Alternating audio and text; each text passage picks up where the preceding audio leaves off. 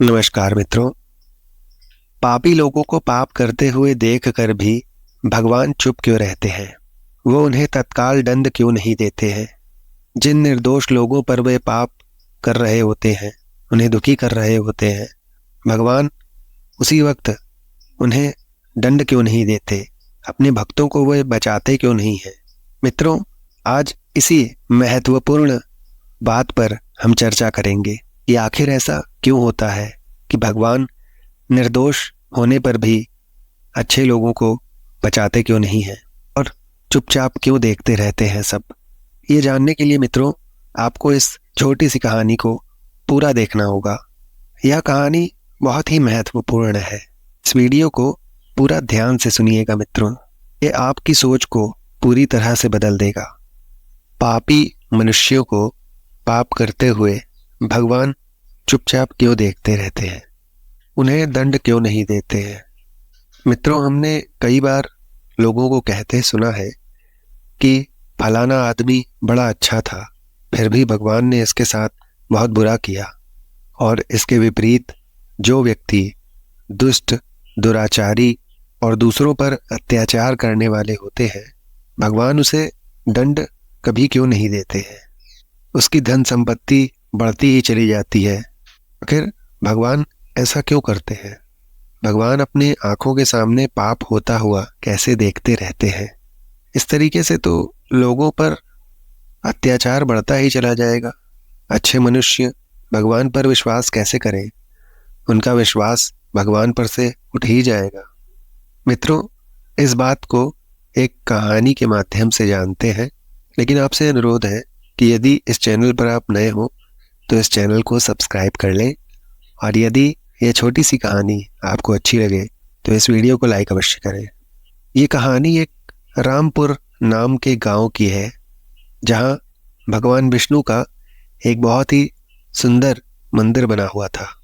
उस मंदिर की देखभाल के लिए रामपुर नामक गांव का एक व्यक्ति, जिसका नाम मनोहर था, वह वहां पर सेवक के रूप में लगा हुआ था।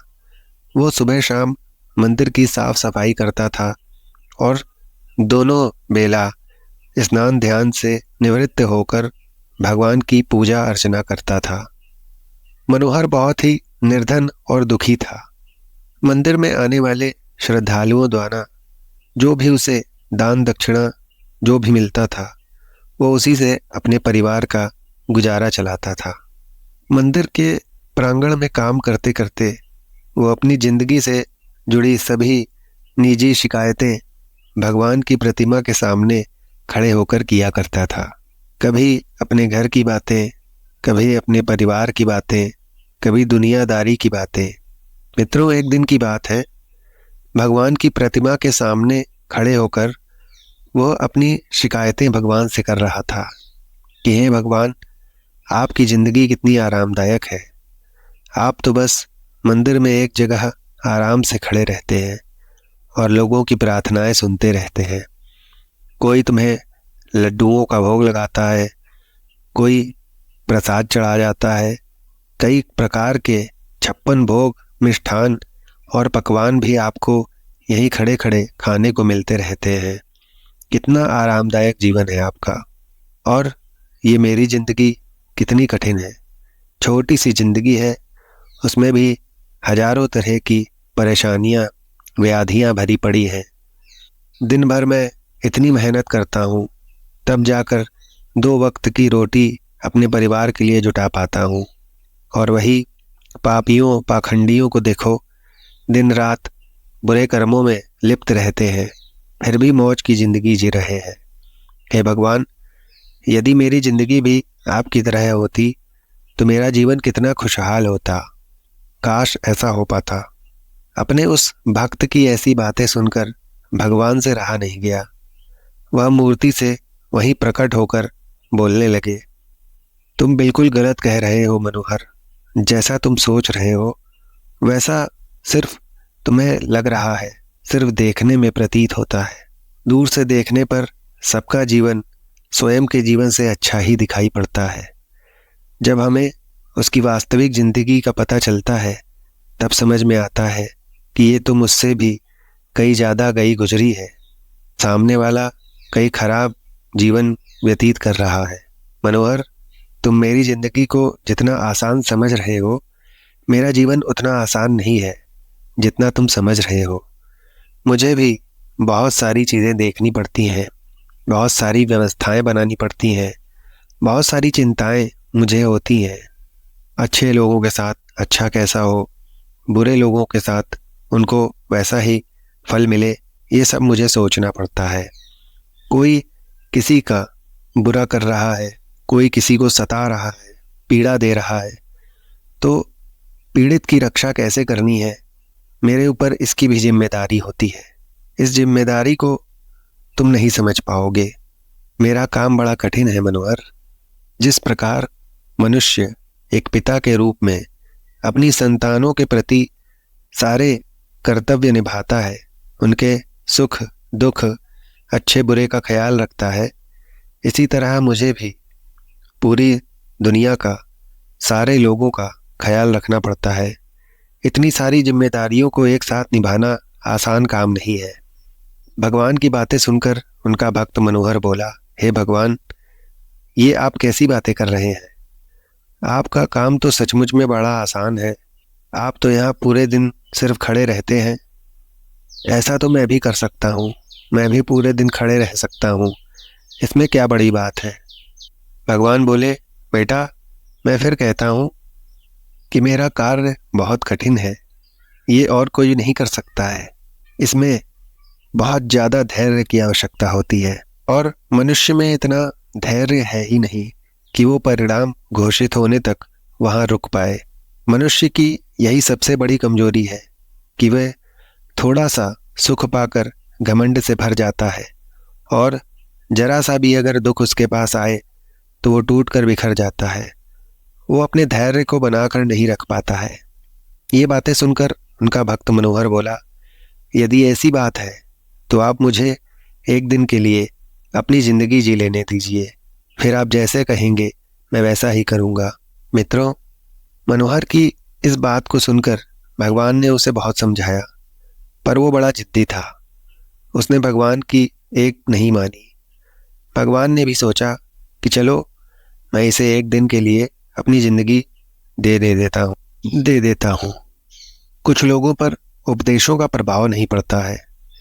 भगवान ने कहा, ठीक है बेटा, एक दिन के लिए मैं तुम्हें भगवान बनाता हूँ और तुम्हारी ज़िंदगी मैं स्वयं जीऊँगा। फिर देखते हैं कि तुम मेरा काम किस ढंग से करते हो। और हाँ, मेरी ज़िंदगी जीने के लिए तुम्हें कुछ शर्तों का पालन करना होगा।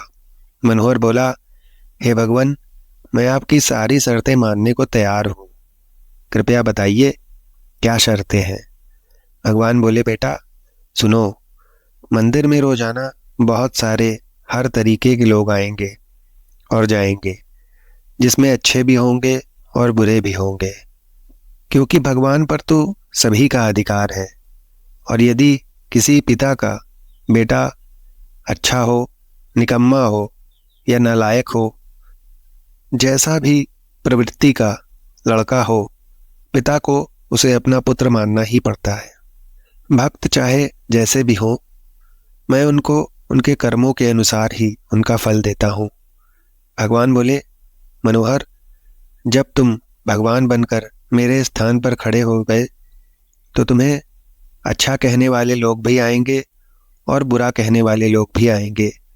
तुम्हें सिर्फ चुपचाप उनकी बातें सुननी पड़ेंगी और सहनी पड़ेंगी, और धैर्य के साथ उनको सुनना होगा और समझना होगा। उनको अच्छे बुरे और सही गलत कर्मों को देखना होगा, परंतु तुम्हें कुछ भी बोलना नहीं है। सिर्फ चुपचाप उनकी सभी क्रिया प्रतिक्रिया को देखना और सुनना है। मनोहर कहता है, भगवान, मुझे आपकी सारे शर्तें मंजूर हैं। मित्रों, अब तो भगवान ने उस भक्त से एक दिन के लिए जिंदगी बदल ली। एक दिन के लिए भगवान मनोहर की जिंदगी जीने लगे और मनोहर को भगवान की मूर्ति में विराजमान कर दिया। ये मित्रों क्या लीला है। भगवान स्वयं अपने ही मंदिर की सेवक बनकर वहाँ की सेवा कर रहे थे। अगले दिन उस मंदिर में एक धनी सेठ माथा टेकने के लिए आता है और वो भगवान के आगे हाथ जोड़कर प्रार्थना करता है कि हे ईश्वर, मैंने करोड़ों रुपए लगाकर एक बहुत बड़ी फैक्ट्री का निर्माण किया और मुझे आपका आशीर्वाद चाहिए कि मेरी फैक्ट्री खूब तेजी से आगे बढ़े, मैं तरक्की करूं और खूब धन कमाऊं।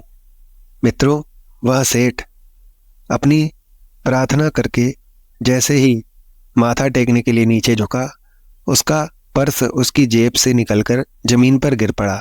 उस सेठ ने बिना अपना पर्स को देखे और उठाए वहां से जाने लगा। उधर मूर्ति में विराजमान वह मनोहर यह सब देख रहा था।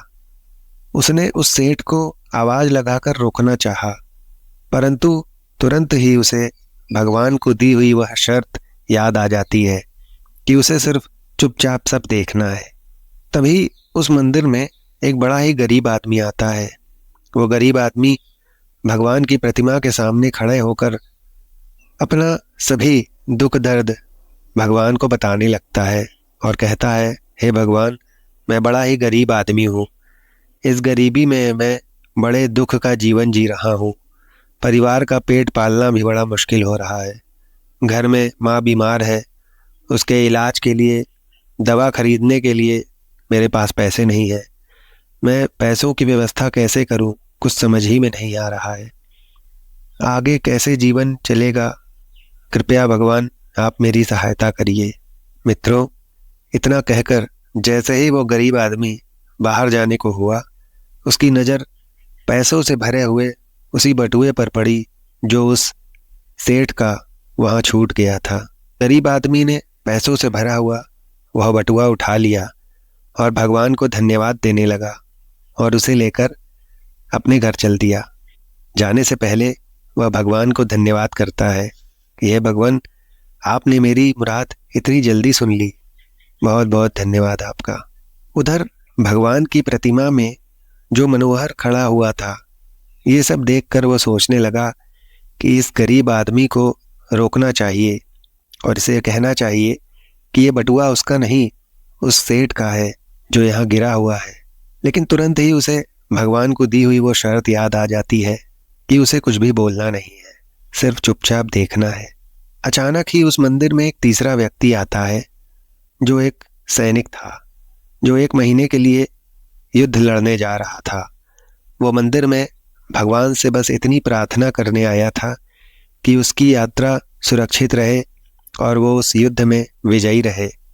तभी अचानक वही व्यापारी, वो सेठ, उस मंदिर में पुलिस वालों के साथ अंदर प्रवेश कर जाता है और अपने बटुए को खोजने लगता है।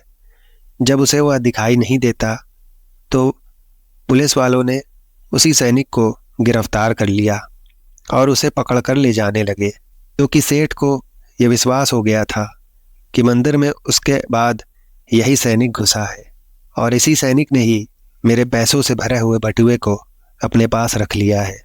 अब उस प्रतिमा में खड़े हुए मनोहर से बिल्कुल रहा नहीं गया। अपने सामने ये अन्याय होता हुआ देखकर उसे बड़ी ग्लानि होने लगी और भगवान को दी हुई शर्त को वो भूल गया और प्रतिमा से उसने आवाज लगा दी, रुको। उसने कहा, मैं भगवान बोल रहा हूँ, ये सैनिक बिल्कुल निर्दोष है। इस सेठ का बटुआ तो वो गरीब आदमी लेकर गया है। अब मित्रों, पुलिस वालों को भगवान की बातें सब सच लगी। उन्होंने उस सैनिक को छोड़कर उस गरीब आदमी को पकड़ लिया, जो बेचारा अभी मंदिर के बाहर ही था। पुलिस वालों ने उससे सेठ के उस बटुए को छीन लिया, जिससे वो गरीब आदमी बेचारा बड़ा दुखी हुआ। मित्रों, अब जब 1 दिन का समय पूरा हुआ, भगवान मंदिर में आए, तो उधर भगवान बने हुए उस मनोहर ने पूरे दिन का घटनाक्रम भगवान को सुनाया और बड़े ही गर्व से कहा कि भगवान, आज मैंने एक सैनिक के साथ हो रहे अन्याय को होने से रोक लिया है। भगवान ने जब मनोहर की ये बातें सुनी तो उसे बताया कि मनोहर, तुमने न्याय नहीं अन्याय किया है। तुमने उस गरीब आदमी को पकड़वा कर उसके परिवार के मुंह से भोजन का निवाला छीन लिया, उसकी बीमार माँ का इलाज होने से तुमने रोक लिया। ये तुमने बहुत बड़ा अन्याय कर दिया। वो सेठ तो बड़ा अधर्मी था, उसने पाप कर्म करके करोड़ों की दौलत चोरी की है, गरीबों के पेट पर लात मारी है, उन पैसों को उसने छल से जमा किया है। यदि उसका बटुआ गिर भी गया था तो क्या हो गया, कम से कम उस गरीब आदमी का तो कुछ भला हो जाता और उस सेठ के कुछ पाप भी कम हो जाते। और तुमने उस सैनिक को बचाकर भी बहुत बड़ा अन्याय किया है। वो सैनिक अपने राजा के साथ युद्ध में जाकर एक कमजोर देश पर आक्रमण कर उसे हड़पने वाला था। उस युद्ध में न जाने कितने निर्दोष मारे जाएंगे। तुमने उसे बचाकर बहुत बड़ा अधर्म किया है। अब मित्रों, मनोहर को भगवान की ये बातें सुनकर बड़ा दुख हुआ, बड़ा पश्चाताप होने लगा और वो भगवान से कहने लगा, हे भगवान, मैं तो वही देख पा रहा था जो मेरी आंखों के सामने था। उसके पीछे की सच्चाई कुछ और होगी, ये मुझे बिल्कुल समझ में नहीं आया। भगवान, दुनिया को सिर्फ आप ही चला सकते हैं, क्योंकि आप जीवन के हर पहलू को अच्छी तरह से देखभाल कर कार्य करते हैं। आप जो करते हैं अच्छा ही करते हैं। गलत तो हम हैं जो जीवन की वास्तविकता को समझ नहीं पाते, उससे पहले ही आप पर दोषारोपण करने लगते हैं।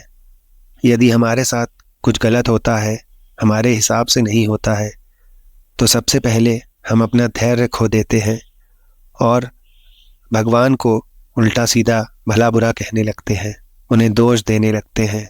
इस बात पर हम बिल्कुल ध्यान नहीं देते हैं कि ये हो सकता है कि इसमें भगवान की कोई नई योजना छुपी हुई हो जो आगे चलकर हमारे लिए हितकारी सिद्ध हो।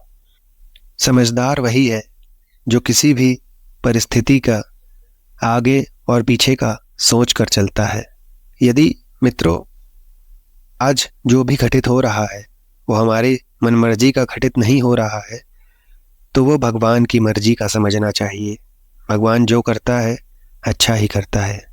मित्रों, अब बात करते हैं कि ऐसे कौन से कारण हैं भगवान पापी लोगों को पाप करते हुए देखकर भी चुप रहते हैं।